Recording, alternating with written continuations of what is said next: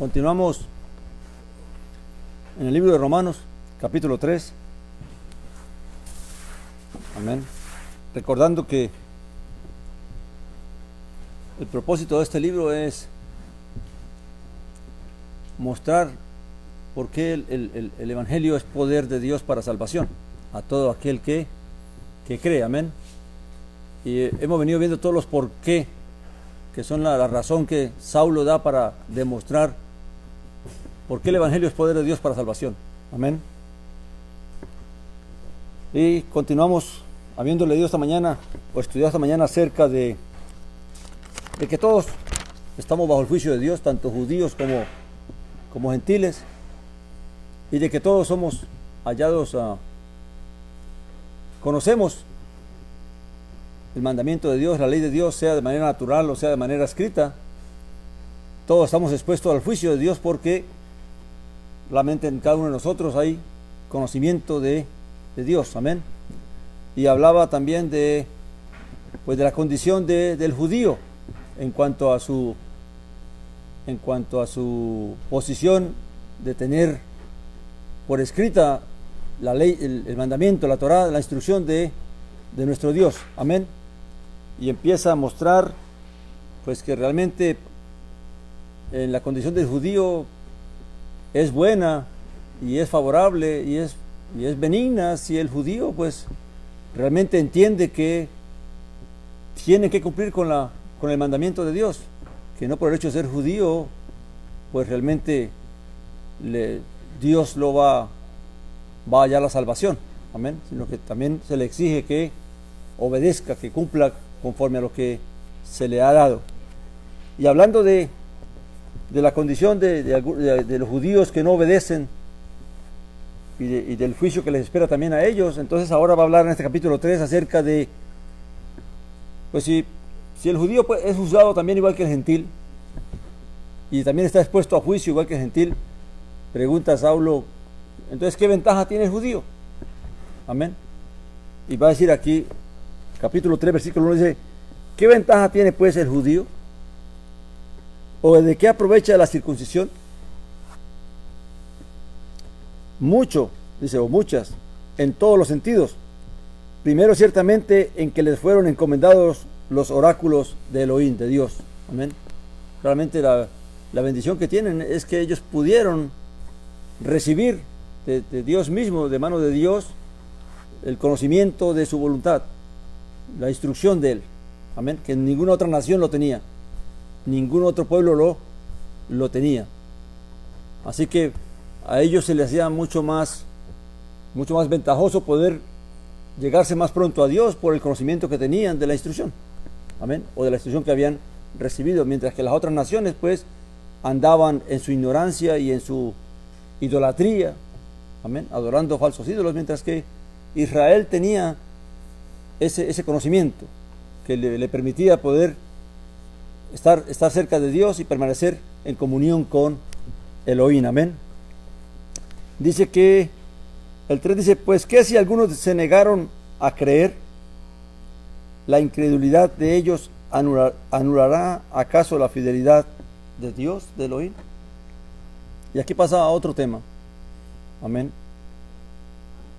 El hecho de que muchos judíos no creyeron al mensaje, no obedecieron a Dios en cuanto a la fe, el hecho de que ellos se perdieran o el hecho de que ellos vayan a ser juzgados en el día del juicio por incredulidad, por no haber creído, por no haber obedecido, hacía a Dios infiel en su pacto para con ellos, en su pacto para con Israel, no. Amén. Y la fidelidad se iba a mostrar, dice, de ninguna manera, responde Saulo, o responde la Escritura, antes bien siga siendo Dios veraz, aunque todo hombre sea hallado mentiroso, como está escrito, para que seas justificado en tus palabras y venzas cuando seas juzgado. O sea, claramente Dios va a ser justo cuando demuestre en el día del juicio que la salvación o que la condenación viene es por causa de uno mismo, de lo que uno realmente dijo o hizo. Amén. No solamente por lo que dijo, sino por lo que hizo. Amén. Claramente cada quien va a ser justificado por lo que haya. También las palabras son usadas, ¿verdad? Si alguien niega la fe o es incrédulo, pues a través de las palabras va a demostrar o va a decir por qué no cree. Amén. Como hoy en día mucha gente dice no creer en Dios o dicen no creer en el Mesías. Amén. Pues sus propias palabras que ellos dicen son las que mañana los juzgarán. Amén. Porque Dios les va a demostrar todo el testimonio que dio en cuanto a la verdad. Y los que creyeron pues serán de alguna manera jueces de los que no creyeron. Porque ¿qué hizo la diferencia en que unos creyeran y otros no? La decisión de cada persona en creer y en no creer.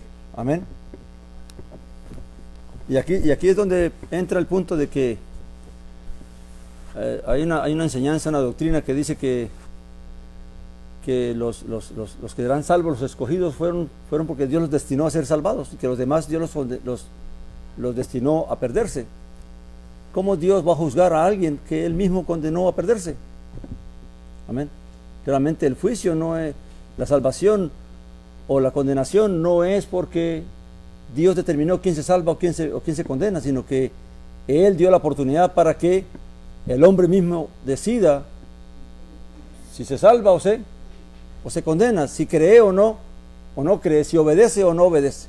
Amén. Así que está dentro de cada ser humano. Por eso dice que sea Dios veraz y todo hombre mentiroso.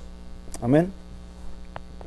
Dice, y si nuestra injusticia resalta la justicia de Elohim, ¿qué diremos? ¿Será injusto Elohim que expresa su ira? Hablo como hombre. O sea, está hablando en términos humanos de que si el hecho de que el pueblo, Israel, invalidó el pacto, de que no obedeció a Dios, hizo que Dios trajera su justicia, que trajera al Mesías. Entonces dice que será injusto Dios porque que expresa su justicia. Amén. Claramente una vez que vino el nuevo pacto, el primer pacto es invalidado. Y ahora todos tienen que entrar por un nuevo pacto. Ya el nuevo pacto no está en vigencia. Amén. Sino que ahora todo el mundo, ahora es Dios injusto porque hace estas cosas. No, sino que en su justicia Él hace conforme a la veracidad de Él. Amén. Esto está hablando en términos de los judíos, recuerden. Amén. Que los judíos tenían el pacto de la Torá, el pacto del Sinaí. Amén. Y tenían muchas ventajas como judíos. Tenían los oráculos de Dios, la instrucción escrita y todos los rituales y todas estas bendiciones. Amén. Pero que tristemente, por su desobediencia y por su rebelión contra Dios, entonces Dios tiene que obrar para poder que su salvación y su justicia llegue a todas las naciones. Amén. Entonces, el hecho de que el pueblo judío o los israelitas no fueron fieles no hace que, porque Dios da otra oportunidad, lo hace a él injusto, porque claramente rechaza al judío no porque sea judío, sino porque no obedece la Torá. Y la circuncisión no le viene a hacer ningún beneficio a ellos. Amén. Dice, de ninguna manera, de otro modo, ¿cómo juzgará Dios al mundo? O sea, si Dios empieza el juicio, ¿por qué? Por casa. Amén. Empezó con aquellos con que tenía un pacto, con Israel, con el pueblo judío. Y por lo tanto, así como juzgó a Israel, así como juzgó a los judíos, también Dios también habrá de juzgar al mundo. Amén. Porque más adelante va a demostrar de que no porque ahora nosotros decimos que somos creyentes, entonces también ya por eso tenemos la salvación. No, si no obedecemos tampoco tendremos nada. Amén. Porque todo tiene que ver con la obediencia, la justicia y hacer la voluntad del Padre. Dice, pero si mi mentira hizo abundar la verdad de Dios para su gloria, ¿por qué aún así yo mismo soy juzgado como pecador? O sea, si los judíos por su desobediencia y por su injusticia hizo necesario que enviara al Mesías, o sea, que fue para beneficio de la gloria de Dios, entonces ¿por qué juzgarlos a ellos como pecadores? Si su injusticia hizo que Dios manifestara su gloria. Amén. Pero Está hablando como humano, dice él, ¿verdad? Como hombre. O sea, son razonamientos, ¿qué? Humanos. El hombre piensa así. Pues si la gloria de Dios abunda para que el pecado sea quitado, entonces pues va a decir él, dice, ¿y por qué no decir como somos calumniados y como algunos cuya condenación es justa afirman que decimos? Hagamos lo malo para que venga lo bueno. O sea, dice, bueno, pues si Dios es misericordioso y si Dios ha derramado de su gracia, pues entonces pequemos para que la gracia abunde. Eso no es lo que Dios quiere, ¿verdad? Al contrario, por cuanto el pecado era mucho, Dios abundó en su gracia para perdonar lo que ya se había hecho, no para seguir perdonando a aquel que ya ha sido reconciliado y que ahora pretende seguir en su vida pecaminosa. Amén. Luego dice, entonces, ¿qué?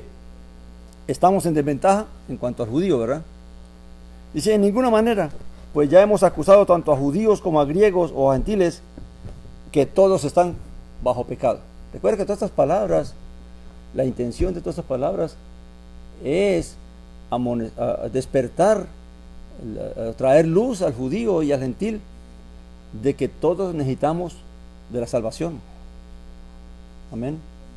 De que ni uno ni otro es mejor, que todos estamos bajo el juicio, de lo que es el conocimiento de la ley de Dios, sea natural o sea escrita. Y esto va también para nosotros siendo creyentes. Amén. El hecho de que hemos recibido la gracia y tenemos que permanecer en ella, porque también si no nos espera el juicio. Dice, como está escrito, no hay justo ni aún uno, no hay quien entienda, no hay quien busque a Dios.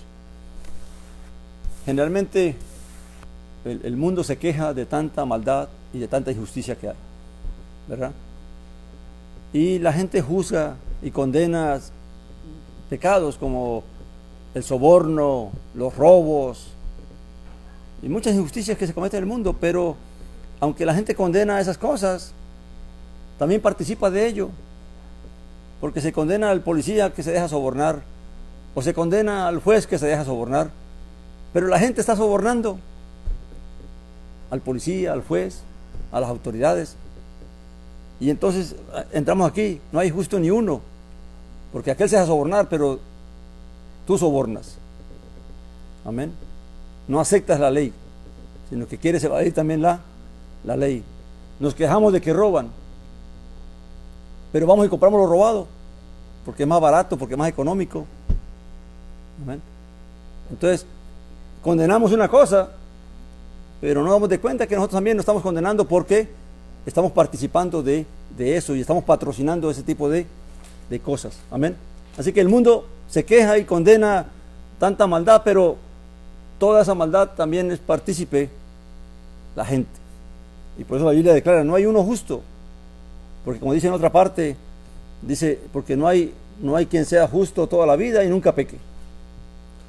Entonces, ese sentido es lo que el hombre tiene que entender de por qué necesita oír el Evangelio, por qué necesita oír el mensaje.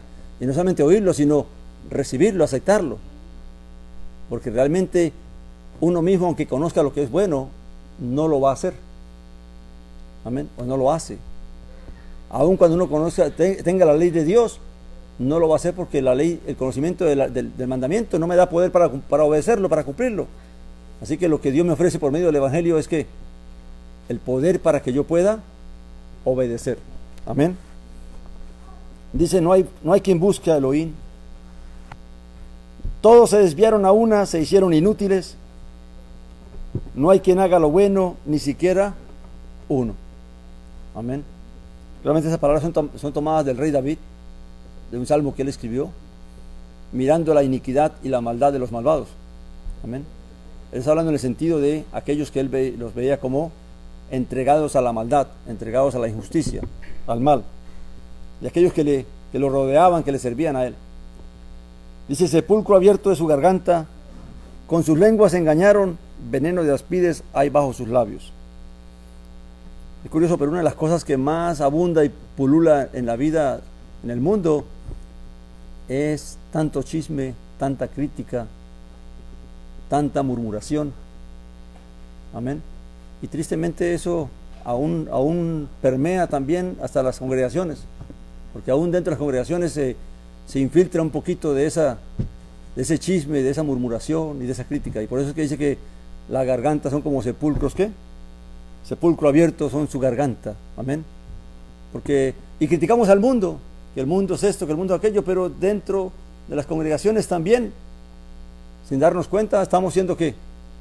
Pecadores injustos, porque estamos participando de estas cosas, amén. Cuando la Biblia dice que la lengua es un pequeño órgano, pero que enciende como un fósforo un gran fuego, pues no es para que nos riamos de eso, sino que es para que entendamos que tenemos el llamado de dominar nuestra lengua, porque dice que el que domina la lengua, ¿qué? Domina todo su cuerpo, amén. Dice, su boca está llena de maldición y de amargura, y esto sí que se ve mucho hoy en día. La gente anda en una amargura, como dice la Escritura, en hiel y amargura, y todo lo que respiran, todo lo que hablan, es maldiciendo, y es renegando, y es echando veneno por toda parte, amén, quejándose de todo. ¿Por qué? Porque no hay paz, amén, y eso es lo que el Evangelio nos quiere dar, es lo que Dios nos quiere dar a través del Evangelio, traernos paz, traer gozo a nuestras vidas, traer sentido a nuestras vidas, amén. Dice, veloces son sus pies para derramar sangre, destrucción y miseria hay en sus caminos, no conocieron camino de paz, no hay temor de Elohim delante de sus ojos, amén. Todo esto es lo que el ser humano realmente, a lo que llega el ser humano, amén, esa disposición al pecado y ese servicio. Por eso más adelante vamos a ver que Saulo en este mismo libro empieza a hablarnos de que así como antes presentábamos nuestros miembros al pecado y a la injusticia, hablando de la lengua, hablando de las manos que roban, de los pies que corren presurosos para matar y todas esas cosas, los oídos que están dispuestos para oír lo que no deben oír. Dice que entonces ahora presentemos estos miembros, ¿para qué?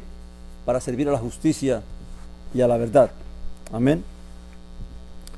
Dice el 19, pero sabemos que cuantas cosas dice la Torá o la ley, la dice a los que están en la ley, para que toda boca sea cerrada y todo el mundo quede expuesto al juicio de Dios. O sea, todo lo que la ley le indica al ser humano es para qué? Para mañana poder condenar, para que no se pueda justificar, porque sabiendo lo que es bueno y lo que es malo, cómo procedió cada uno en base a ese conocimiento. Así que todos quedamos encerrados bajo ¿qué? Bajo pecado, porque todos sabemos y conocemos, tenemos una ley dentro de nuestros corazones, sea escrita o sea natural. Dice, porque las obras de la ley, dice, porque por las obras de la ley ninguna carne será justificada delante de él, porque por medio de la ley es el conocimiento del pecado. Cuando dice que no hay justo que nunca peque, quiere decir que aunque hagas lo bueno, en algún punto vas a quebrantar la ley. ¿Y qué dice la Escritura? Que si quebrantas la ley, que si pecas, entonces eres reo de muerte, porque la paga del pecado es la muerte, amén. Dice además que claramente los que tenían la ley escrita, como el pueblo judío, tenían un mandamiento donde dice, al final de la ley dice que el que haga estas cosas vivirá por ellas, amén. Y también dice, maldito el que no guardare toda esta instrucción. Así que el hecho de que una persona guardara gran parte de la Torá, de la ley escrita, si faltaba a un mandamiento, era culpable de todos los mandamientos. Ahora, ¿para qué se dice todo esto? Para que el judío entienda de que necesita, para que reciba la bendición que Dios le está dando a través de presentarle a Jesús el Mesías como su Salvador, como su salvación, amén. Recuerda que el deseo de Saulo es que el judío reciba la salvación, amén, que al final tristemente pues no fue lo que se logró en algunos, amén. Luego dice el 21, pero ahora aparte de la ley, se ha manifestado la justicia de Dios, testificada por la ley y por los profetas. Amén. O sea, el pueblo judío recibió la instrucción, la ley escrita. Pero también ahora por parte de la misma ley y en los mismos profetas, Dios revelaba lo que iba a hacer, que eso venía a ser justicia. Cómo Dios iba a limpiar la iniquidad y el pecado de Israel, cómo Dios les iba a dar un corazón nuevo, cómo Dios iba a proveer aguas para limpiar sus impurezas, y todo eso claramente estaba señalando hacia el Mesías y la necesidad que Israel tenía de poner su fe y su confianza en su Salvador. Amén. Y todo esto se encuentra cuando uno estudia la Torá de Moisés ¿por qué la Torá de Moisés? Porque en la Torá de Moisés ya se anunciaba de que Dios iba a levantar un profeta como Moisés, al que tenían que oír. Y los profetas ya anunciaban del rey que iba a venir, del Mesías que iba a venir. Amén. Dice, la justicia divina mediante la fe de Jesús el Mesías para todos los que creen, porque no hay distinción alguna, por cuanto todos pecaron y están privados de la gloria de Elohim, siendo justificados por su gracia, sin merecimiento alguno, mediante la redención que tiene en Yeshua el Mesías. Recuerda que una cosa que enfatiza mucho la Escritura es que delante de Dios no hay acepción de personas. El judío no es más que el gentil, ni el gentil es más que el judío. Lo que cuenta y lo que prevalece es que los dos obedezcan, que los dos reciban la fe y permanezcan en la fe, y que esa fe solamente es a través de Jesús el Mesías. Y aquí es interesante porque dice, la justicia viene mediante la fe de Jesús el Mesías. No dice la fe en Jesús el Mesías, sino mediante la fe de Jesús el Mesías. ¿Cuál es la diferencia? Nosotros somos salvos por nuestra fe en Jesús el Mesías, ¿verdad? En la obra que Dios hizo. Pero ¿por qué dice que la justicia divina es por la fe de Jesús el Mesías?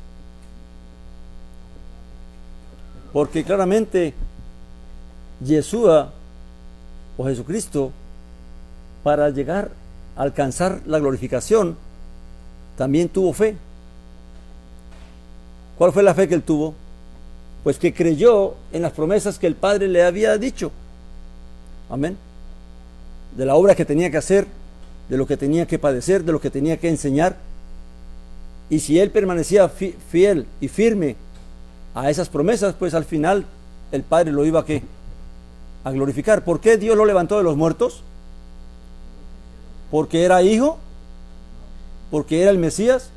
No, porque tuvo fe, porque le creyó al Padre y le obedeció y guardó el mandamiento e hizo la voluntad del Padre, y por eso entonces el Padre lo glorificó. Amén.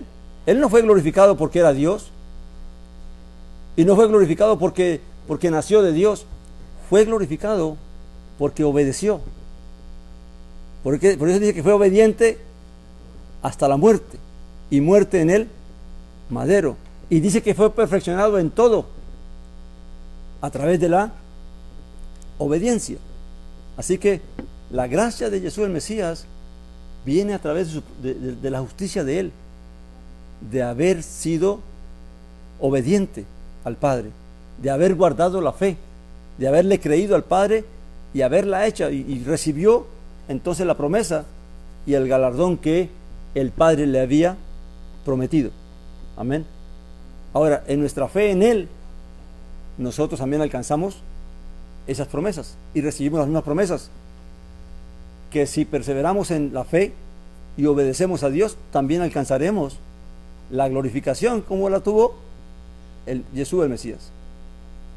Hay personas que ven a Jesús el Mesías como que Él era Dios, estando en su cuerpo humano. Amén. Y eso contradice la Escritura, porque ¿cómo Dios puede pecar? ¿Cómo Dios puede ser probado si es Dios? Amén. Claramente Yeshua también fue tentado, dice, y fue tentado en todo. Amén. Y por eso es que Él puede compadecerse de nosotros, porque conoce nuestras debilidades, y nuestras tentaciones.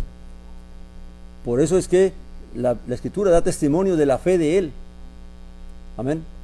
Que fue glorificado y fue resucitado no porque Él era Dios, sino porque guardó el mandamiento, mantuvo la fe. Y dice la Escritura, que es el autor de la fe. Amén. Entonces, para que tengamos esa diferencia en que cuando habla de la justicia de Yeshua, de la fe de Yeshua Mesías y de nuestra fe en Él. Nosotros somos justificados por nuestra fe en Él. Amén, porque Dios lo puso como propiciación, ¿verdad? Pero la gracia que recibimos de parte de Dios de Él es por la justicia del mismo Yeshua, que fue obediente. Recuerde que Yeshua el Mesías, dice la Escritura, que es el postrer Adán. ¿Qué significa eso? Que Él claramente fue puesto en la misma condición del primer Adán. El primer Adán, antes de que viniera el pecado, era sin pecado. Amén. Ni siquiera la muerte tenía poder sobre él, hasta que desobedecieron y comieron el fruto, ¿verdad? Y entonces cayó. Pero Yeshua vino a restaurar al hombre. ¿De qué manera? Que siendo el postrer Adán, no pecó como el primero, sino que se mantuvo fiel y obediente. Y por su obediencia y su fidelidad, entonces Dios lo puso como propiciación para que todos los demás pudiésemos ser redimidos. Así como llevamos la imagen del primer Adán, así también los que creen llevarán la imagen de él, del postrer Adán. Amén. Y dice que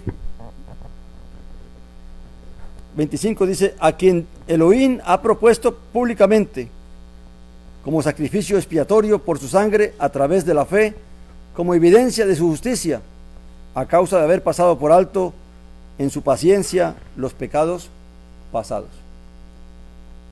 Saulo más adelante en este libro de Romanos capítulo 5 va a hablar de que claramente, así como en el primer Adán todos pecaron y todos murieron y todos mueren, así en Yeshua Mesías, como el postrer Adán, todos somos, así como él fue justificado, todos somos justificados también por la fe y también alcanzaremos la vida. Amén. Y entonces se pone en el paralelo lo que recibimos a través del primer Adán y lo que recibimos a través del postrer Adán.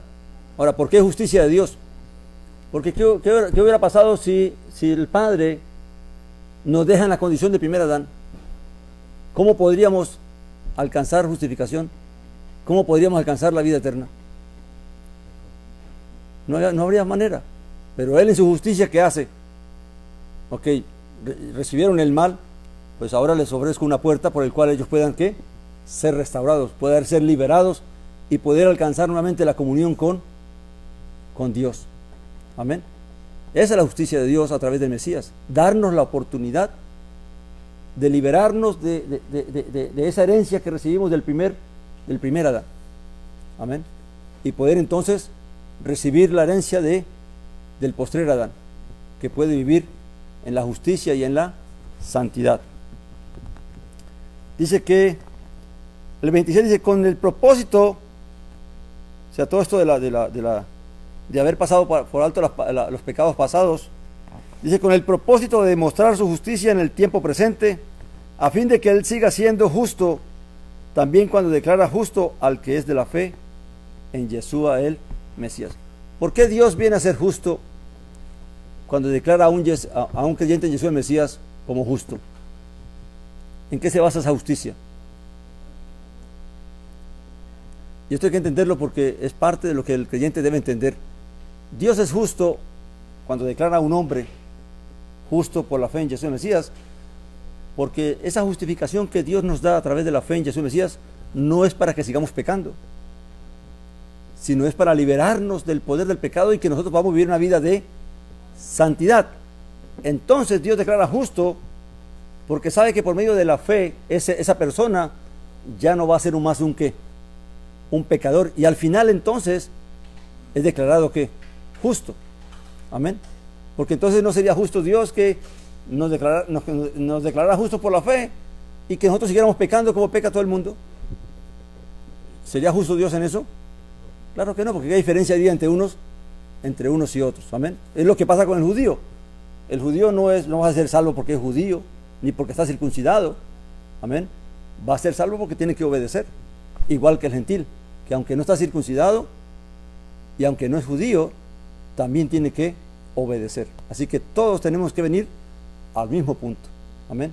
Pero hay muchas personas que no entienden bien la fe y creen que la gracia es un permiso para uno vivir una vida desordenada y que soy salvo, sigo siendo salvo.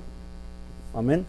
Y por eso es que dentro de los creyentes hay tanto engaño, tanta infidelidad, tanto divorcios y un montón de cosas que hay dentro de las congregaciones, que uno se queda, tanta fornicación.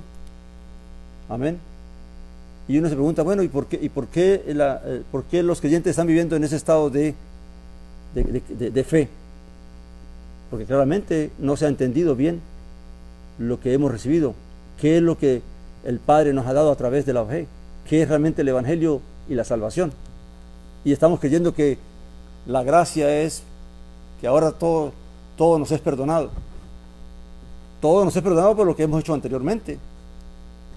Ahorita no podemos pecar. Ahorita Dios nos llama a vivir una vida ¿de qué? De santidad, que es lo que la Escritura va a mostrar más adelante en la medida que avancemos en este libro. Amén. Dice, ¿dónde está pues la jactancia? Queda excluida. ¿Por cuál ley? ¿De las obras? No, sino por la ley de la fe. O sea, nadie puede jactarse y decir, yo merezco ser salvo porque yo fui santo, porque yo fui perfecto, porque yo cumplí el mandamiento o los mandamientos. Porque nadie puede hacerlos. Y el que lo puede hacer, lo va a hacer es por medio de la fe. Al fin y al cabo, entonces tampoco es jactancia nuestra, porque al fin y al cabo fue Dios el que nos dio la fuerza y fue Dios el que nos puso las condiciones para poder obedecer. Porque sin la libertad del pecado y sin el poder del Espíritu Santo, tampoco nosotros podríamos vivir una vida de perfección y de santidad. Amén. Así que al fin y al cabo nadie puede jactarse de nada, de porque hizo o no hizo. Al fin y al cabo todos somos salvos por la fe, sea judío o sea gentil. Amén. Sostenemos entonces que el hombre es declarado justo por la fe sin las obras de la ley. Dios no declara justo a nadie porque ha obedecido, porque ha guardado la ley, porque ha hecho los rituales o ha vivido en la religión o ha sido religioso. Nadie será declarado justo por eso. La justicia viene por medio de la fe. ¿Y por qué por medio de la fe? Porque es a través de la fe que Dios se va a asegurar de que esa persona va a poder vivir una vida de santidad y de perfección. De otra manera no se puede alcanzar esa vida. Amén. Dice el 29, ¿acaso Él es Dios de los judíos solamente? ¿No es también de los gentiles? Y él responde, sí, también de los gentiles. Recuerda que el Evangelio es para judíos y gentiles. Y todo lo que Saulo está presentando aquí, en esta primera parte, es porque todos, tanto judíos como gentiles, necesitamos hacer caso al Evangelio, oír el mensaje y obedecerlo. Porque todos estamos en una condición de que no podemos ser justificados de otra manera. Y porque en realidad ni unos ni otros, no hay justos ni hay perfectos en este caminar. Amén. O antes de que viniéramos a la fe. Dice, el 30 dice, ya que hay un solo Elohim, un solo Dios, el cual declarará justos a los circuncisos a base de fe, y por medio de la fe a los incircuncisos. ¿Cuál es la diferencia aquí? Porque dice que a los circuncisos a base de fe y a los incircuncisos por medio de la fe. Porque el judío o el israelita ya tenía pacto. Lo único que Dios le pedía a él era que fuera obediente, que guardara el mandamiento. Y por esa fe en el mandamiento que Dios le da, entonces ellos serían declarados ¿qué? Justos.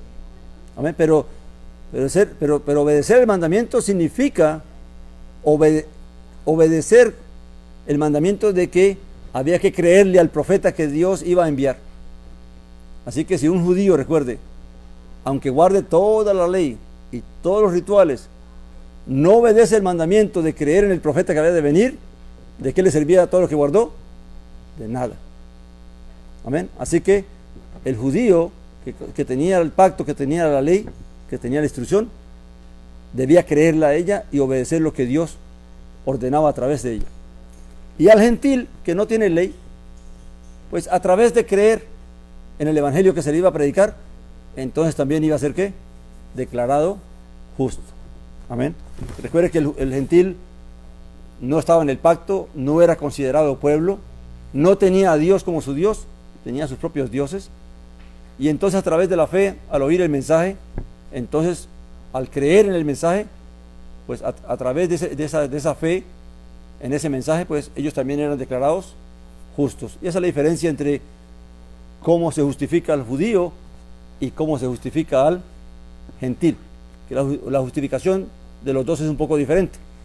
Amén. O era diferente porque hace mucho tiempo que todo esto ya pasó. Hoy en día, casi la mayoría de las naciones tienen conocimiento cristiano. Son muy escasas las naciones que no hay conocimiento de fe, como la China o otros países, pero la mayoría de los países llegó el conocimiento de la fe. Amén. En el caso de los países orientales, pues asumieron otra religión como es el Islam y se apartaron de la fe que se les había anunciado tiempos atrás. Recuerde que el Islam apareció por el siglo VII, así que tuvieron como 5 o 6 siglos donde el evangelio corrió por todas esas tierras. Amén. Pero también se apartaron del evangelio para establecer su propia religión. Pero la mayoría de las naciones, casi todas hay conocimiento de la fe cristiana. Amén. O de la fe en el evangelio. Ahora, decimos que hay conocimiento, pero no hay obediencia. Amén. Es otra cosa completamente diferente. Y el 31 termina diciendo: luego por la fe invalidamos la Torá. O sea, se invalida la Torá porque uno cree. ¿Qué significa invalidar la Torá? Invalidarla quiere decir que ya no es efectiva, que ya no tiene vigencia. Amén. Pero cuando hablamos de esta Torá, tenemos que entender que hay una gran diferencia en lo que era la Torá de Moisés a lo que es la Torá de Dios. Amén. Porque claramente la Torá de Moisés tenía unas especificaciones que seguir. Tenía que estar en la tierra de Israel. Amén. Y tenía que tener todas las cosas que Dios ordenó para poder vivir por medio de ese mandamiento. Cuando él habla aquí de la fe de Dios, está hablando de los mandamientos que nos incumbe a todos. Amén. No matar, no robar, no adulterar, no tener falsos dioses. Amén. No tener dioses delante del Dios nuestro, y no codiciar los bienes ajenos. Amén. Y todos los mandamientos que uno conoce, de no hacerle mal al prójimo, de amar a Dios. Entonces, dice él, luego por la fe invalidamos la ley. ¿Quiere decir que ahora porque hemos creído podemos vivir como queremos? No, dice, ¿verdad? No, de ninguna manera, sino que confirmamos la ley, la Torá. ¿De qué manera un creyente confirma la Torá? En la obediencia, pero teniendo en cuenta 2 mandamientos: el mandamiento del amor a Dios y del mandamiento del amor al prójimo. ¿Por qué? Porque vamos a ver que más adelante se nos va a hablar mucho de que el que ama a su prójimo ha guardado la Torá. ¿Y cómo es que uno, amando al prójimo, guarda la Torá? Porque claramente lo que Dios está demandando es la justicia, la misericordia, el amor, la benevolencia, la benignidad para con nuestro prójimo. El que ama al prójimo no le hace daño en ningún aspecto. Por lo tanto, esos 2 mandamientos, si uno ama a Dios con todo su corazón y con toda su mente, con todas sus fuerzas, con toda su alma, y ama al prójimo y no le hace daño al prójimo, ni le comete injusticia, ha guardado todo, ¿qué? Toda la Torah. Amén. Entonces, a esto que está refiriendo él, el hecho de que por la fe somos justificados, no invalidamos el mandamiento, la obligación que tenemos de amar al prójimo. Fíjense que si uno analiza, si usted por un momento piensa, todo lo que Yeshua hizo, ¿cuál fue la mayoría de cosas que él hizo para con el pueblo judío? Vamos a ver que la mayoría de cosas fue corregir el pensamiento de ellos y la idea de ellos, de que creyéndose pueblo, se creían mejores que los gentiles, que las naciones. Y él empezó a demostrarles que ellos mismos también estaban en pecado. ¿Por qué creen ustedes que él les trajo la parábola del buen samaritano? ¿Qué tiene que ver la parábola del buen samaritano con los judíos?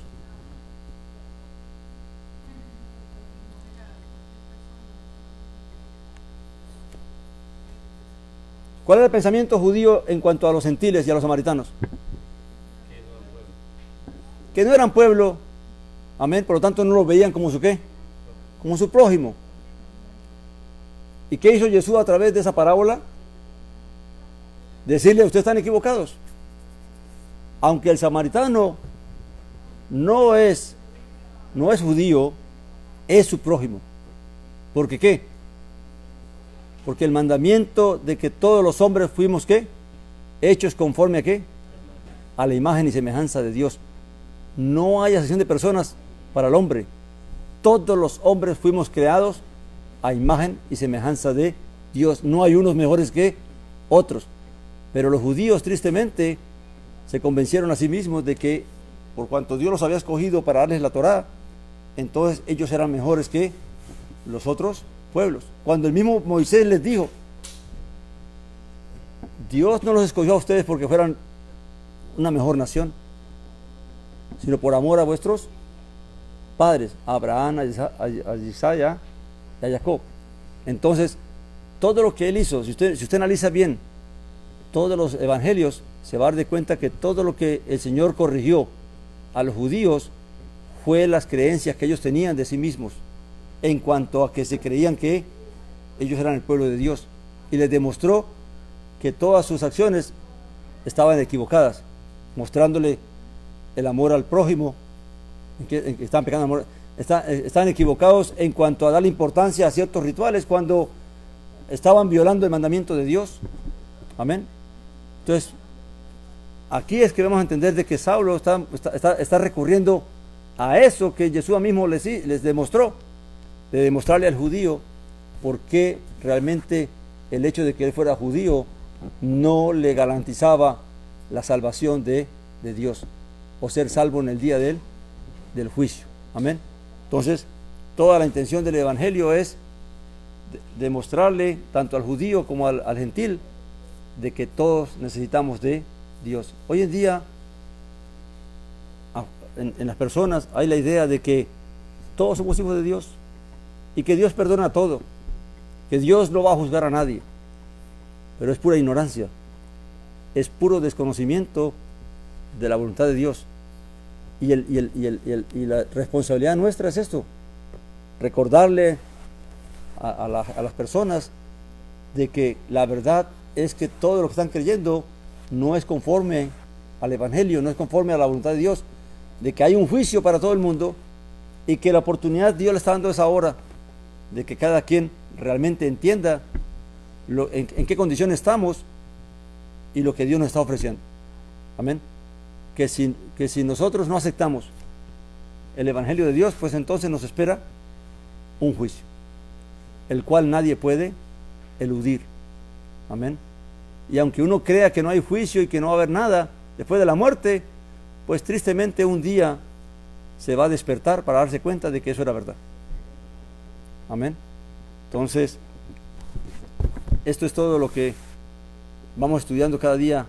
Recuerden, el propósito de Romanos es darnos a entender por qué es que el evangelio es poder de Dios para salvación. Amén.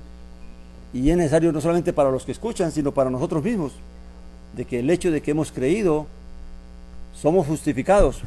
¿Cuál es la diferencia entre ser justificado y ser glorificado? Amén.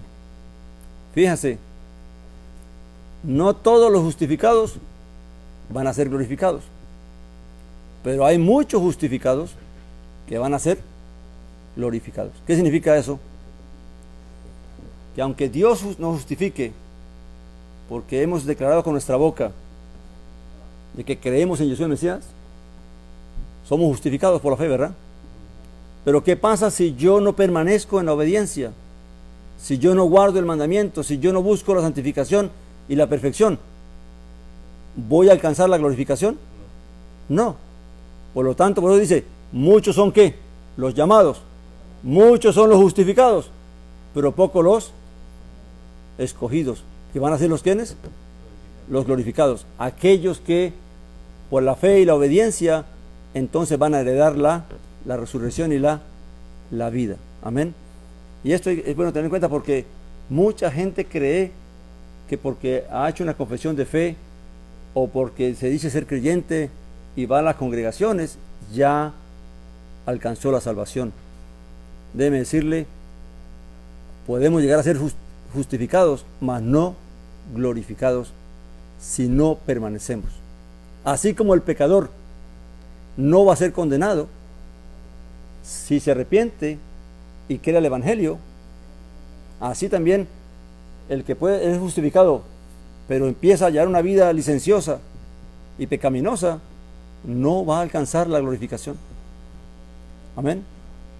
Porque todos al fin y al cabo vamos a ser glorificados es porque creamos el Evangelio, pero también que obedezcamos al Evangelio. Y como dice la Escritura, sin santidad nadie verá a quién, al Elohim. Amén. Así que muchos hablan de que si la salvación se pierde o no se pierde, la verdad es que aunque podemos ser glorificados, aunque podemos ser justificados, no todos van a ser glorificados. Permita a Dios que nosotros realmente permanezcamos en la fe y que alcancemos esa bendición, amén, ese galardón que Dios tiene para nosotros y que no tengamos que ir al juicio final. Amén.